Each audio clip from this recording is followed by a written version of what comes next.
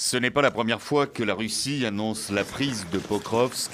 Ce n'est pas la première fois non plus que l'Ukraine dément. En revanche, Vladimir Poutine en tenue militaire qui revendique la victoire de cette ville stratégique, ça c'est une grande première.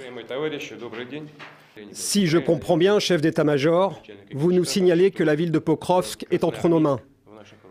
Nous comprenons tous à quel point c'est important. Information difficile à vérifier en l'état. Si Pokrovsk est totalement détruite ou presque, elle est au cœur d'un nœud de communication qui mène vers le reste de l'Ukraine. Et puis sa mine de charbon est tout aussi stratégique quand on sait qu'elle est la seule à produire du coke, indispensable pour fabriquer de l'acier et donc des armes. Sans oublier la force du symbole, négocier un plan de paix américain avec en poche une victoire ou une défaite. Dans ce chassé-croisé diplomatique, Volodymyr Zelensky est arrivé en Irlande après une étape à Paris où la question clé reste l'abandon ou non de territoire à la Russie. Nous œuvrons pour qu'une troisième invasion russe soit absolument impossible et que les accords visant à mettre fin à la guerre soient respectés. La Russie a déjà manqué à ses promesses à maintes reprises et violé tous les traités.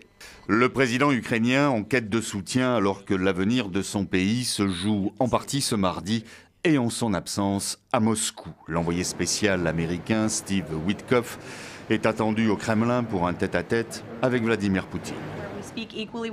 Nous dialoguons d'égal à égal avec les deux parties. Nous avons formalisé nos points de vue par écrit. Ces points ont été considérablement affinés. Quant aux détails, je laisse les négociateurs s'en charger. Et face à l'intransigeance persistante du Kremlin, Washington se dit très optimiste sur les chances de parvenir à un accord qui ne peut se faire sans l'Union européenne, martèle sans cesse les 27 exclus de ces négociations.